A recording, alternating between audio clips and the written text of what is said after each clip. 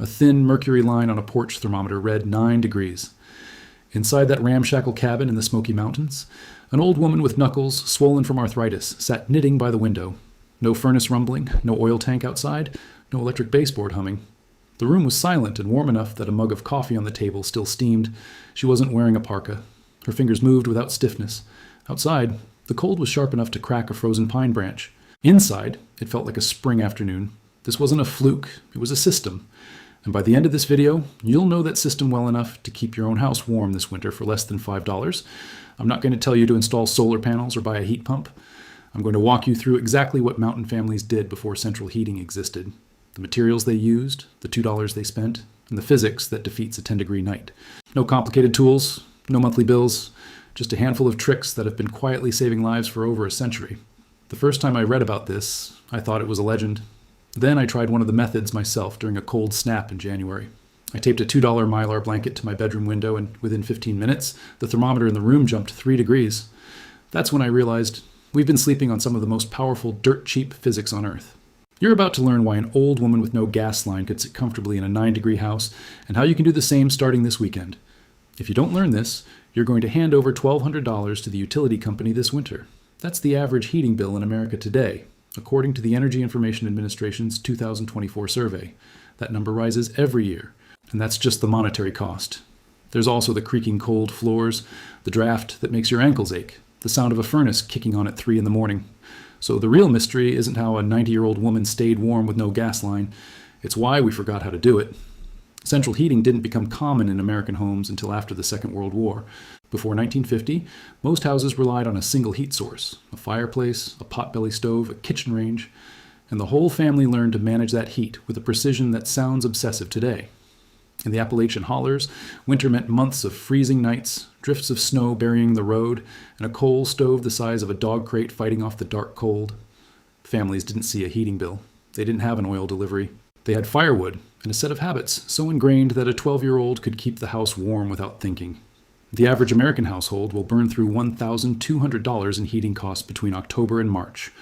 That's according to the Energy Information Administration's 2024 survey.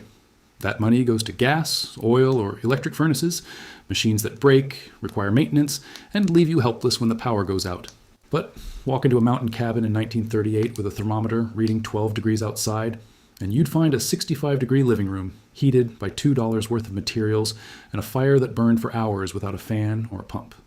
The secret wasn't one magic gadget. It was a layered approach. 3 tiers of defense that trapped heat you already had, made a little fire go a long way, and turned the very structure of the house into a battery. That's what we're going to rebuild today. But before we touch a single tool, you need to understand the mountain mindset. These families didn't think of warmth as a commodity you bought from a pipe. They thought of heat as a living thing you cultivated, banked, and guarded like a precious crop. Every stick of kindling was gathered by hand, every log split with an axe, and no heat was wasted. A grandmother would scold you for opening the door too long, not because she was stingy, but because she knew that a single blast of cold air undid 10 minutes of fire. They also shared warmth communally. In the dead of winter, families would gather in one room, close off the rest of the house, and let body heat and breath do their part. Neighbors dropped in, not just to visit, but to add their warmth to the kitchen stove conversation. This psychology, treating the home as a container you deliberately manage, is the real foundation. Without it, the physics won't stick. The first layer is isolation. Heat escapes through every crack, every gap, every window pane. Appalachian families treated those leaks like a war against the cold. They didn't have spray foam or silicone caulk. They had something better, a material that cost nothing and sealed a log wall tighter than modern weather stripping. The first method was chinking. Between the logs of a cabin, gaps as wide as your thumb let wind howl straight through the wall. Chinking filled those gaps with a wet mixture of clay, sand, and sometimes lime, pressed into the cracks and smoothed over. When it dried, it stopped drafts dead. Oak Ridge National Laboratory tested similar sealants and found that sealing between logs reduces heat loss by up to 40%. That's not an exaggeration. 40% of your warm air leaving through cracks you can see. The key was the material, local clay, dug from the creek bank, mixed with sand from the river. Some families added horsehair or straw for strength. The consistency was like thick oatmeal, and they'd jam it into every crevice with a wooden paddle. It cost nothing but time. Today you can mimic this with a $3 tube of acrylic latex caulk and a putty knife, but before you do that, you need to find the drafts. The mountain way was to hold a wet finger to the air, the The side that felt cold told you which way the wind blew. Modern trick. Light an incense stick or a candle and move it slowly around the edges of rooms. Where the smoke wavers or flickers, you've got a leak. Mark those spots with a piece of tape and come back with the caulk. For log walls in a rustic cabin or an old house with exposed beams, you can still make authentic chinking. Mix subsoil clay with sand at a ratio of 2 parts. Clay to 1 part sand. Add water until it's moldable but not runny, and work it into the seams with a trowel. It'll dry rock hard in a day. You can paint over it or leave it rustic. The satisfaction of plugging a cold leak with your own hands is immense. Then comes the door. The bottom gaps under an exterior door is a wind tunnel. Mountain families didn't go to a store to fix it. They made draft snakes, long fabric tubes stuffed with dried beans, rice, or even old rags, placed along the base of the door. A draft snake costs $0 if you use a rolled-up towel or an old pair of pantyhose stuffed with crumpled newspaper. The key is weight and pliability. You want something heavy enough to stay put, but soft enough to conform to the floor. Dried corn works better than beans because it doesn't sprout. Old-timers would take a worn-out wool sock, fill it with dried field corn, tie the end, and lay it against the bottom of the door. If you're feeling fancy, you can sew a tube of fabric and add a cute face. But the function is brutalist. Block the cold air that pours in at your feet. Tests from the Department of Energy show that blocking that gap alone can cut a room's heat loss by 20 to 30% overnight. 20 to 30% for a sock full of dried corn. The next time a cold draft hits your ankles, think about that. Another trick was to hang a heavy blanket over the door on a rod, creating an airlock entryway. They'd use a piece of burlap or an old wool army blanket suspended from a wooden dowel. You enter the house, close the outer door, push through the blanket curtain, and close that behind you. The space between holds still air, insulating like a second door. This works brilliantly for poorly sealed front doors. Now windows. Glass is basically a hole in your wall when it comes to heat. A single-pane window lets infrared heat escape like a sieve. The Appalachian fix was to trap a layer of still air, or better, to reflect the heat back. They'd hang a Mylar emergency blanket behind the curtain, shiny side inward. Mylar reflects 97% of radiant heat back into the room. You can buy a $2 emergency blanket at any camping store. Tape it to the window frame, silver face toward the room. Use clear packing tape and attach it all around the edges, leaving a small air gap between the glass and the Mylar. That dead airspace adds extra insulation. You'll feel the difference in 10 minutes. On the outside, some families stapled a layer of clear plastic sheeting over the entire window frame to stop wind from hitting the glass. Today, you can buy window insulation shrink film kits for a few dollars. The heat shrinking creates a drum-tight barrier. Pair that with a heavy canvas drape, old burlap sacks, wool blankets, or even thick flannel sheets, and you create a pocket of dead air that acts like double glazing. At night, you close the curtains. During the day, you open them to let in free solar heat. This daily rhythm becomes automatic, and some mountain women took this a step further with homemade window quilts. 2 layers of scrap fabric with a middle of old wool batting sewn around the edges and hung with grommets. You could snap them tight against the window frame at night, trapping a thick insulating layer. They were ugly, patched, and worked better than any Venetian blind. That's 3 methods so far, under $2 total. But we haven't even touched the floor. Cold rises? Yes, but it also sits at your feet and drains body heat by conduction. Appalachian floors were often bare wood above a crawl space that breathed winter air. The solution was layers: newspaper, flattened cardboard boxes, and then a braided rag rug. The paper and cardboard acted as a vapor barrier and insulation. Rugs woven from old clothes added warmth underfoot. You can replicate this by sliding an old wool blanket under your area rug or laying foam floor mats upside down beneath the carpet. Foam puzzle mats, the kind used in kids' playrooms, insulate remarkably well. If you have a drafty floor, get down on your hands and knees and feel for cold spots. Seal those gaps with wood filler or caulk, then lay down your insulating layers. And don't ignore the foundation. Old-timers would stack hay bales around the base of a raised house, pinning tar paper against the skirting to block wind from the crawl space. It looked rough, but kept the floor 10 degrees warmer. This is the isolation layer complete. You've sealed cracks, blocked the door, reflected window heat, and insulated the floor. Total cost so far, maybe $3. The house is holding heat, but now you need to produce and store that heat smartly. And that's where the real Appalachian genius emerges. The second layer is thermal mass. A fire in a wood stove or fireplace pushes a burst of heat into the room, but once the flames die, temperatures drop fast.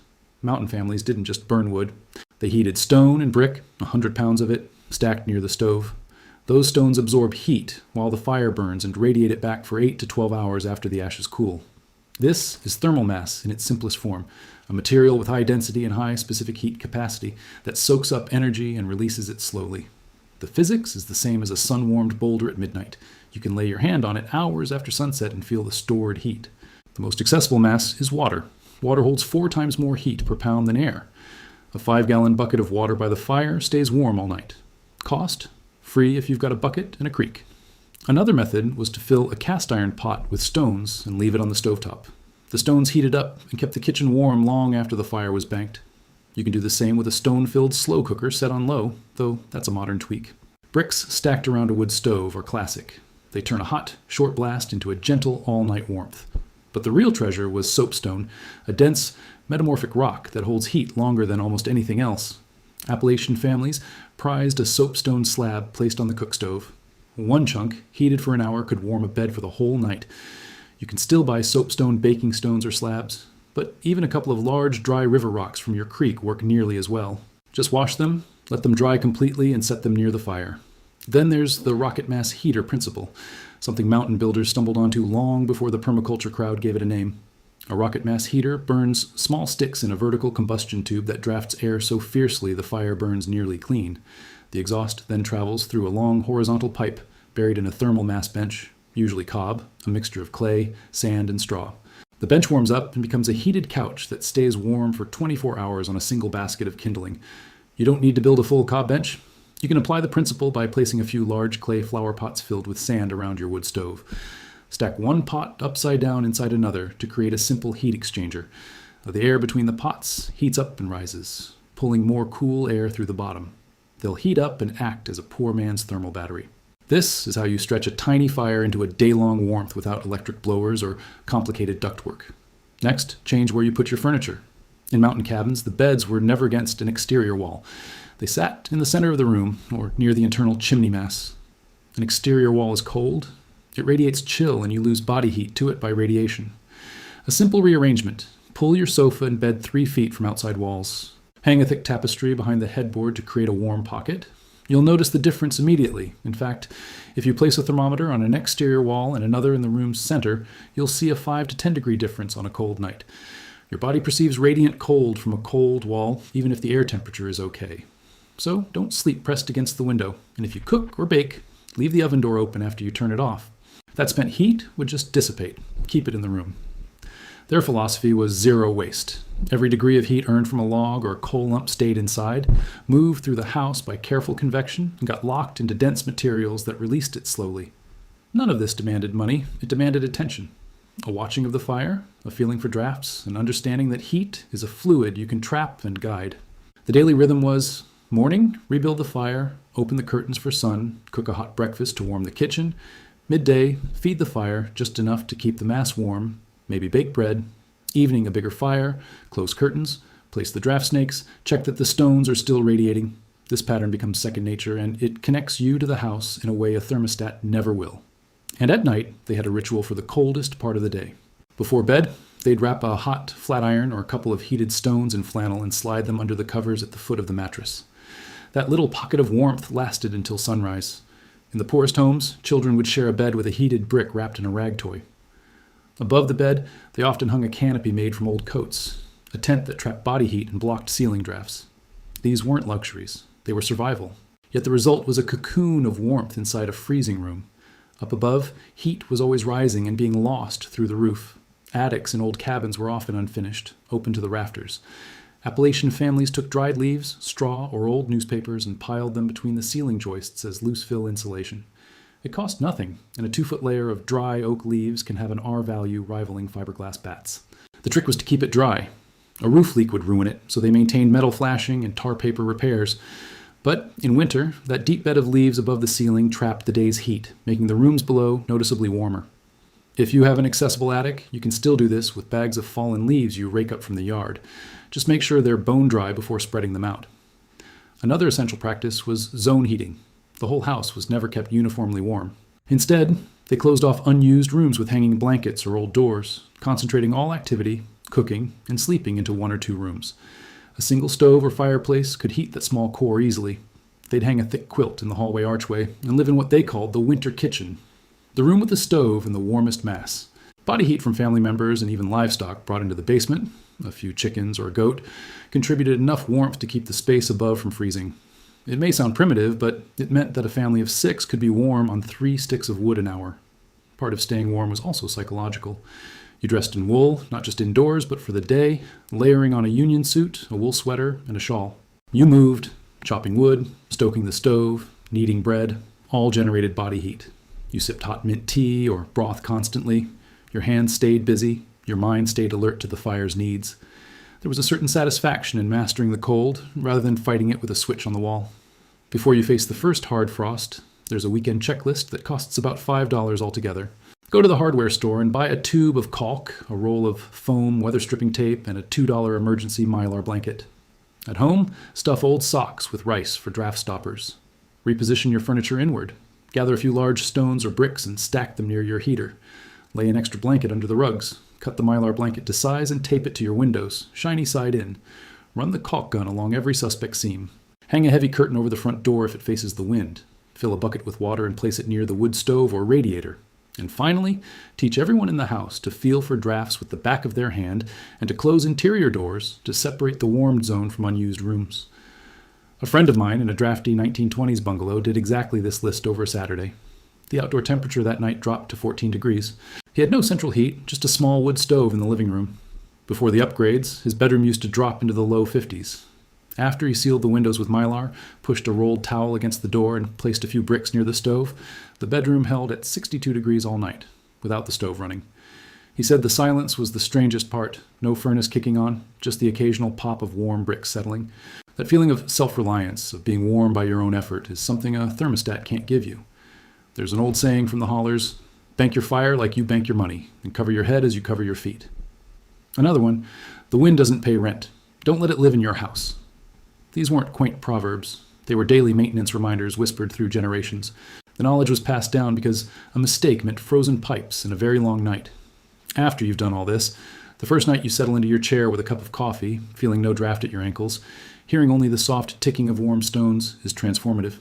You realize the house is no longer fighting you. It's holding the heat you gave it, like a grateful animal. That old woman in the Smoky Mountains didn't have a secret gadget. She had a relationship with her walls, her fire, and the cold outside. That's it. You've just replicated a century-old Appalachian winter defense system. The same system that kept a 90-year-old woman in a Smoky Mountain cabin warm while the thermometer on her porch read 9 degrees. No heating bill, no humming gas line, just physics, and a tradition we almost buried under drywall and thermostats.